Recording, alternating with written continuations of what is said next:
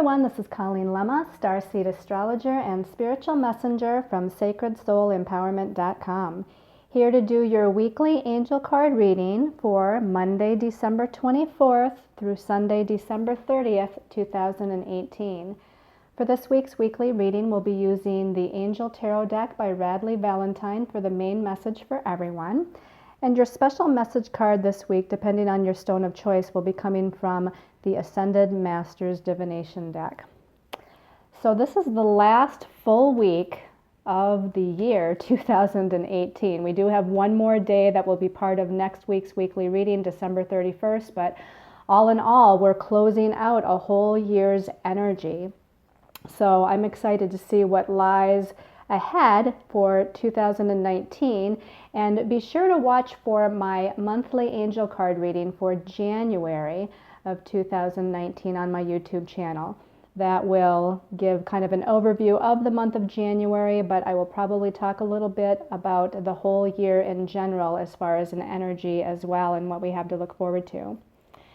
Now for this week's weekly reading, let's take a look at your stones of choice. So your first stone of choice here is aventurine, beautiful green aventurine. This is a stone of opportunity. This aventurine helps with manifesting prosperity and abundance, and it also helps to release old patterns, old mental patterns that you might have. And then your second stone of choice is this wonderful obsidian. Now, obsidian, this is a very strong psychic protection and clearing kind of stone. And it also helps to protect you from your own shadow traits like fears and anxieties and insecurities.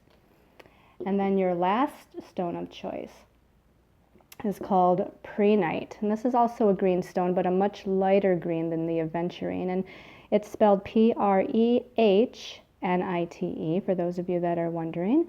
And the prehnite helps to stimulate your inner knowing and also helps to stimulate spirit communication with beings on higher planes of reality. This also helps to increase your prophetic abilities. So again, your stones of choice for your special message card this week is the aventurine, the obsidian, or the prehnite.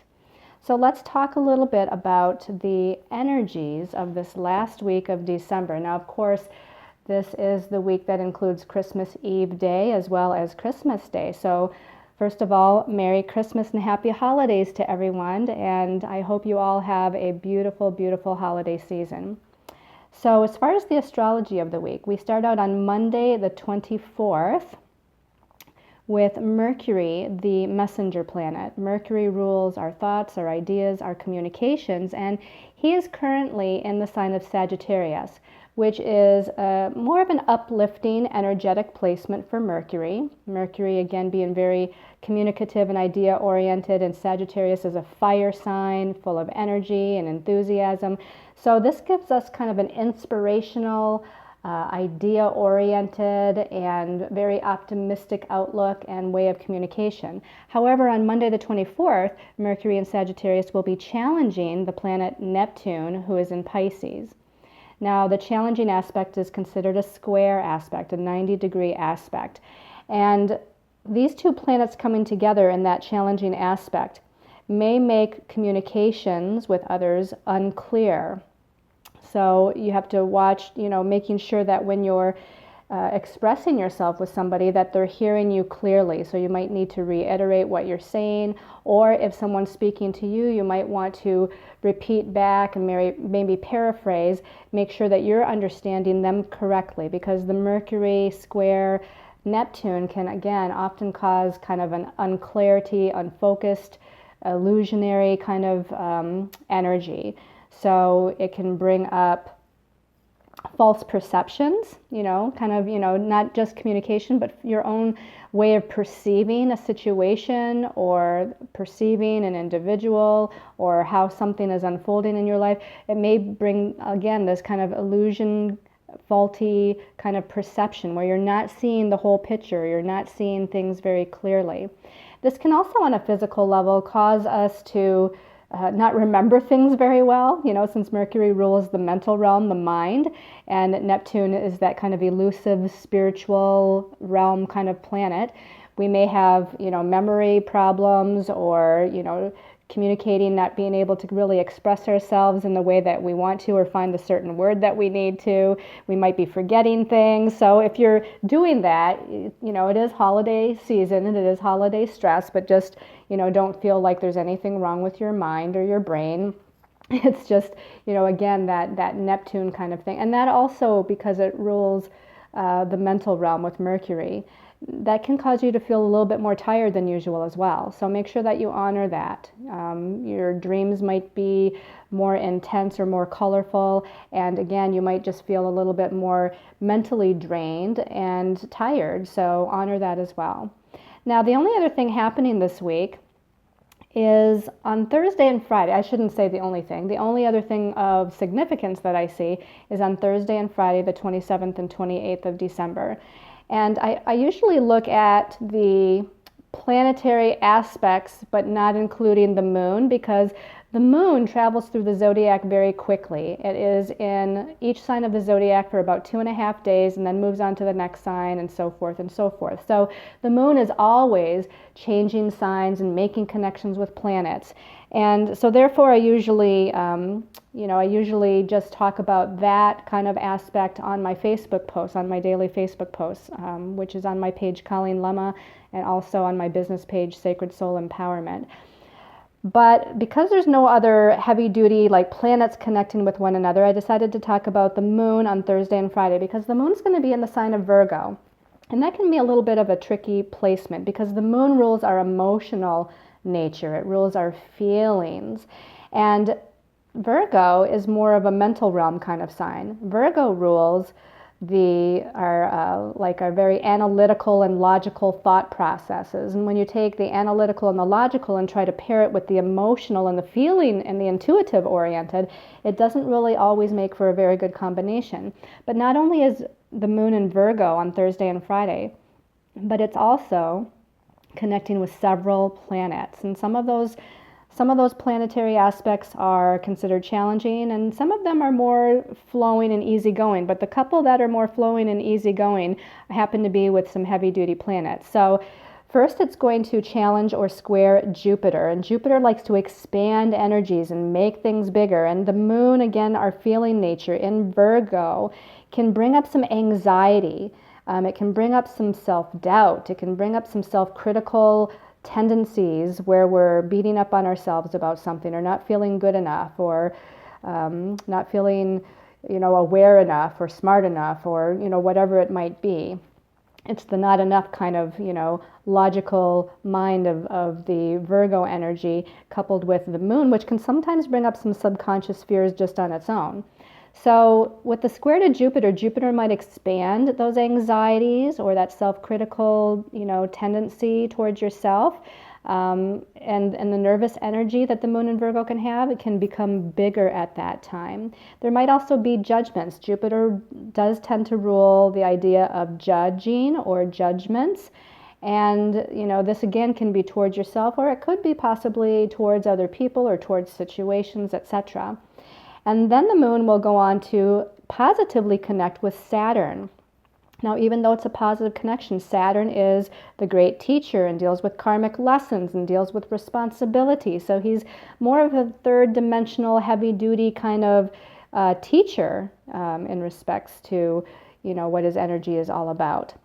So, this can give us some sort of focus with our emotions, and it can give us some sort of focus with being organized or planning or, taking the next step, whether it's the next step in the holiday preparations or the next step on our path. But again, that connection to Saturn can also bring up lessons of an emotional nature, and perhaps the lessons are about being self-critical or self-judgmental towards yourself. Then the moon is going to oppose Neptune. And so, Neptune again is that very spiritual, elusive kind of planet that can bring a sense of unclarity. It can bring a sense of being overly sensitive or overly emotional. And here the moon rules our emotions. And so we might become very sentimental or again, overly emotional within that time period. And then it's going to go into a square aspect or a challenging aspect to Mercury. Mercury again being in Sagittarius, as we mentioned.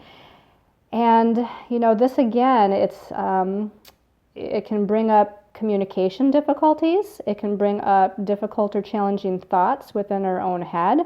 And again, judging or being overly hard on ourselves or perfectionistic with ourselves, as Virgo often likes to do. Then as we move, we go into the early morning hours Eastern Time Friday.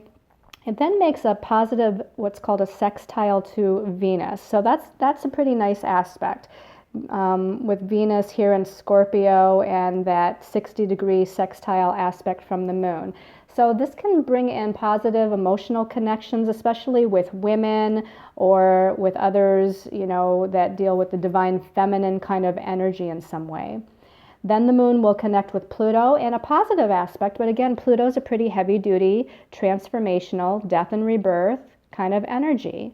So there can be a little bit of upheaval there with Pluto energies. And the moon rules our subconscious, and Pluto rules the underworld and our shadow side, and it does rule the subconscious as well. So I feel like we could be going through some sort of transformation on an emotional level. Some sort of releasing, letting go, purging, and getting ready to kind of rebirth a new emotional energy within ourselves.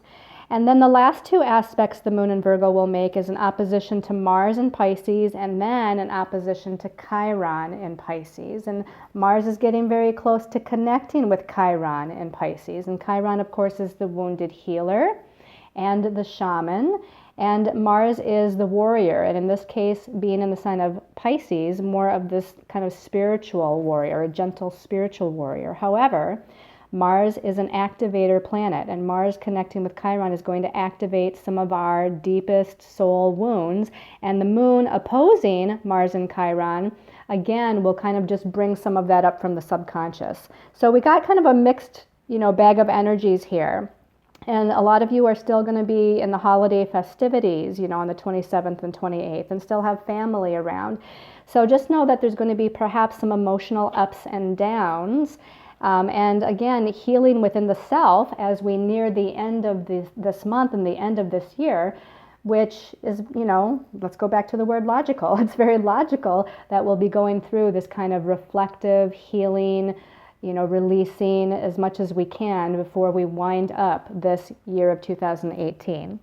All right, so with that being said, let's go ahead and take a look at what our angels and guides have to say for the week. Okay, so the first card, not surprising that we have an air card here because, again, we're dealing with Mercury in Sagittarius, the planet of the mental realm. We're dealing with the moon in Virgo. Virgo is kind of a mental, analytical, sign of the zodiac.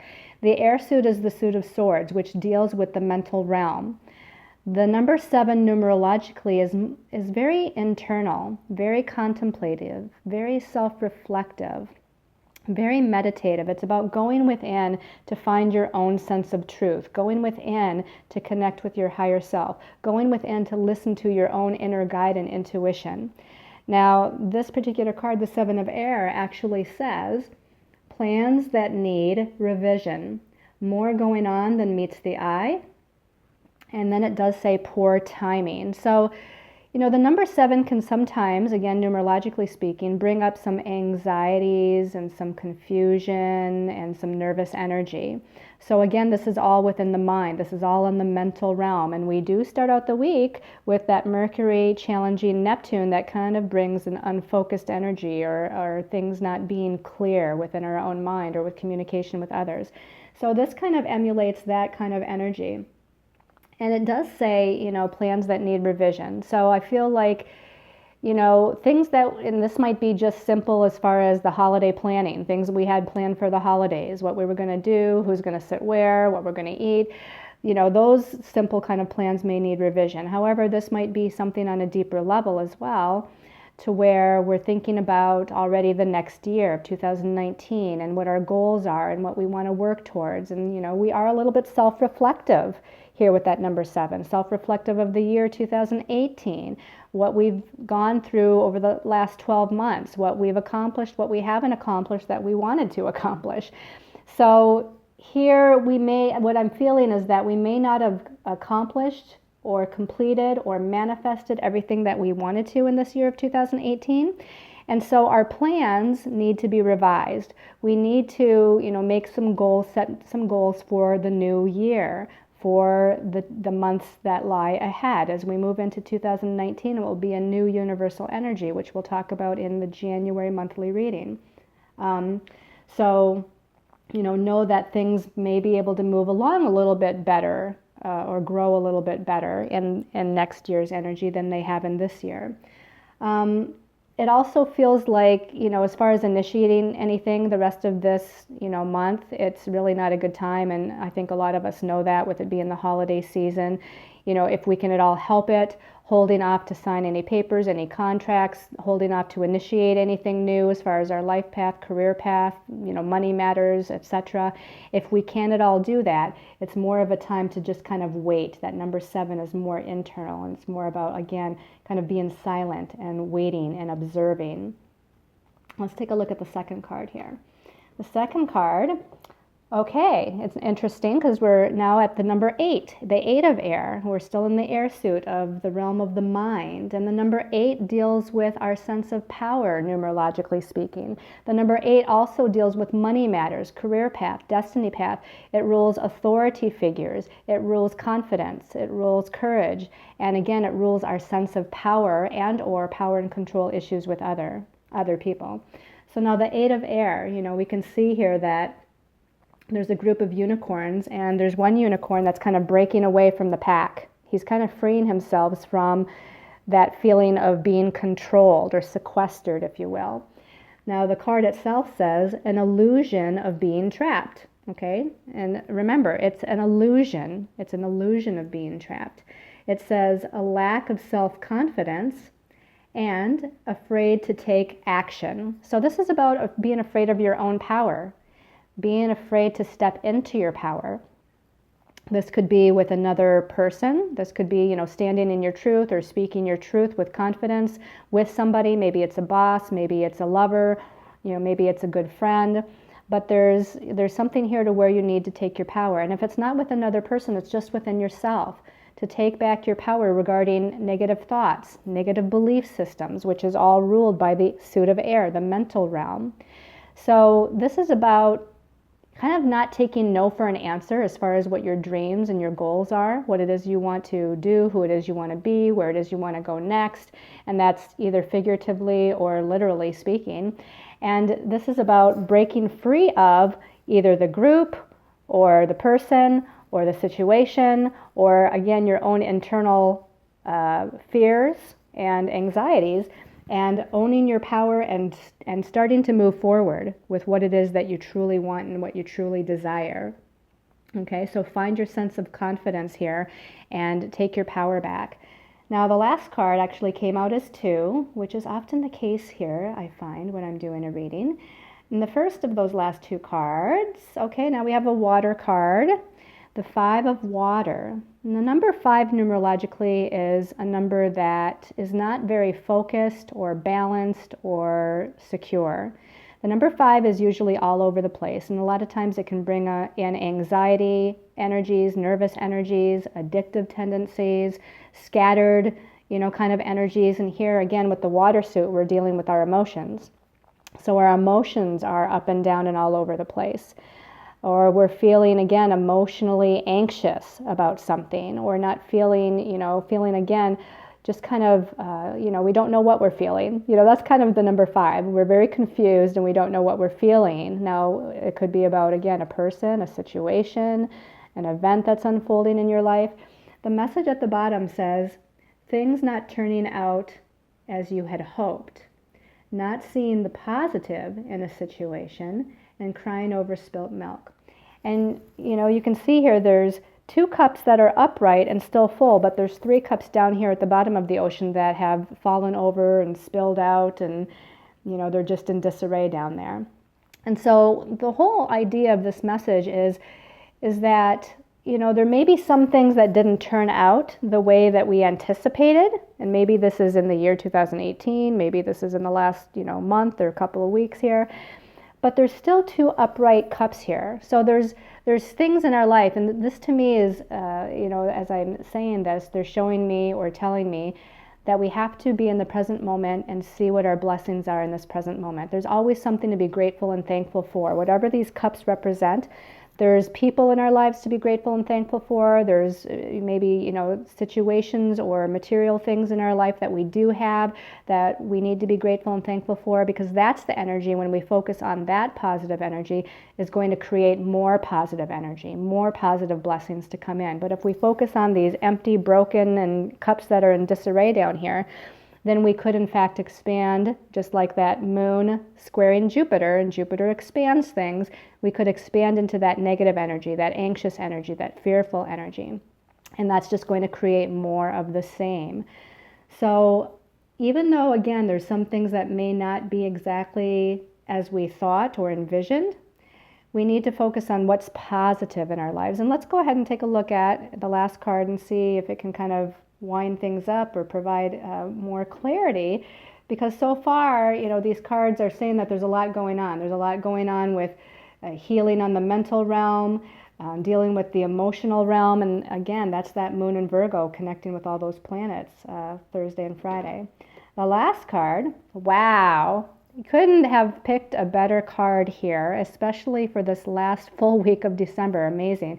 This is Major Arcana number 21, the last of the Major Arcana in the tarot deck. It's the World card, and in this deck it's ruled by Archangel Michael.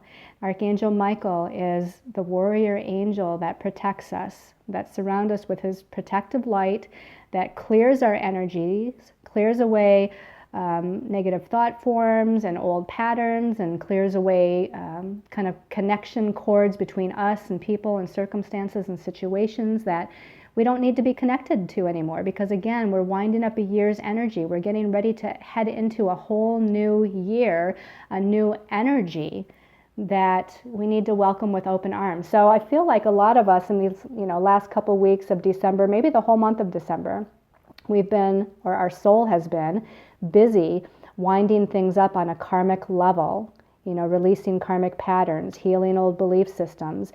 Maybe there has been some relationships that have fallen away. Maybe there's been some situations that haven't turned out again the way that you envisioned, like with the 7 of air, was it? Or was it, I don't know, one of those cards back there.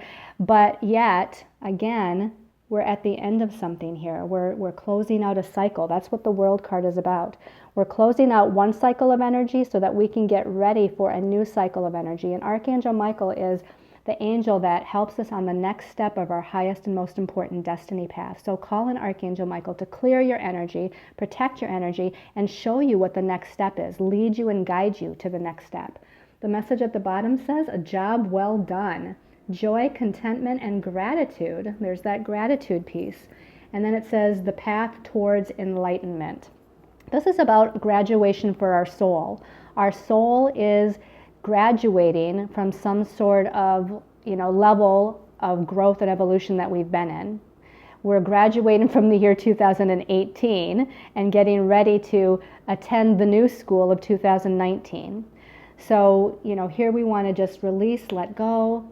Don't hang on to the old. Don't hang on to things of 2018 that perhaps didn't work out or didn't go according to plan. Get ready for a whole brand new energy and welcome it, I should say, with open arms.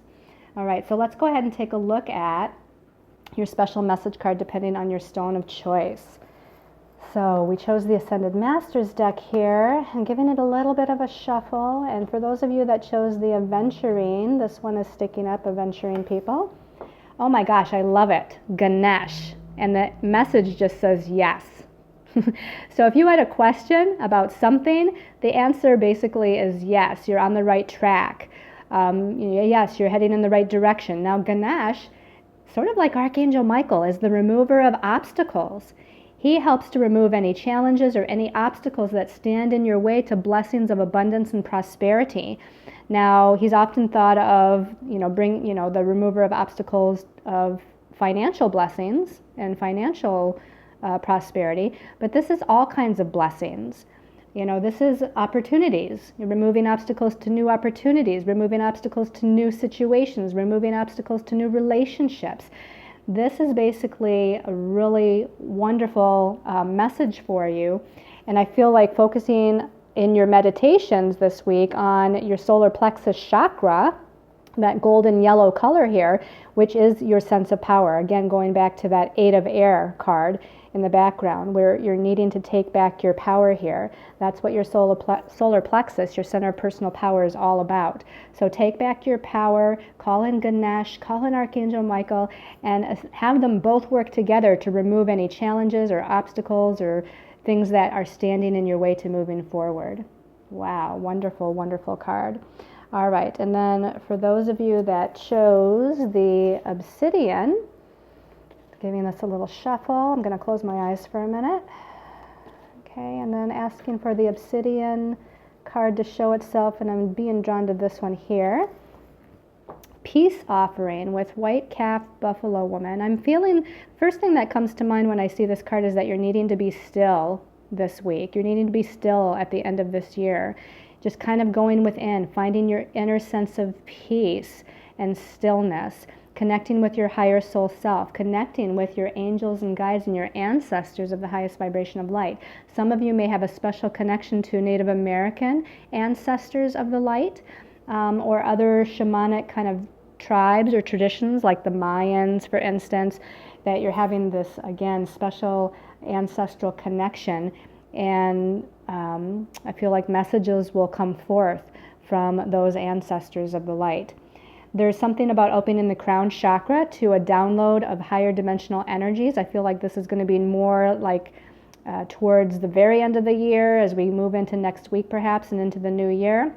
But it certainly doesn't hurt to focus on opening up your crown chakra to that higher dimensional energy and the download of higher dimensional messages and information that wants to come forth. Let me see if there's anything else that comes in. They're saying believing in magic, okay? So believe in magic, believe in miracles, believe that anything can happen, believe that no matter what has happened this year or in the past few years, that there can be a lot of positive blessings that are coming to you, a lot of positive magic that is being churned and given to you in this next year of 2019. All right, and then for those of you that chose the pre-night, let's give this a little bit of a shuffle. I'm asking for the message for pre-night people. I'm not seeing it yet. Okay, this one that one was stopped by my thumb, so I'm going to use that one there. Stay focused with Kasumi. Okay, so I feel like this is a message to not give up on what you've been trying to accomplish. And I want to say maybe the last couple of years, something new that you've started, something that you've initiated. Maybe it's a new way of being, maybe it's a new business, maybe it's a new relationship or the idea of relationship and soulmate. It could be, something dealing with money and finances. But this is about staying on track, staying focused on the next step of what needs to be done. Don't throw in the towel, don't give up. It's, this energy year by year, they're saying is par for the course. I don't even know what they mean by that.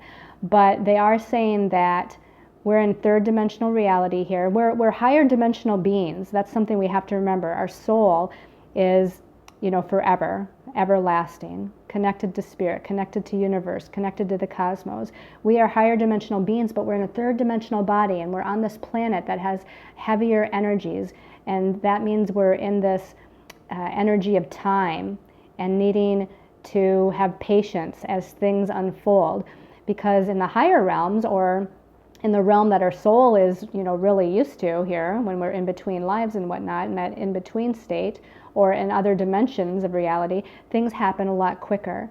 So, here they're saying you have to have a little bit of patience as things manifest.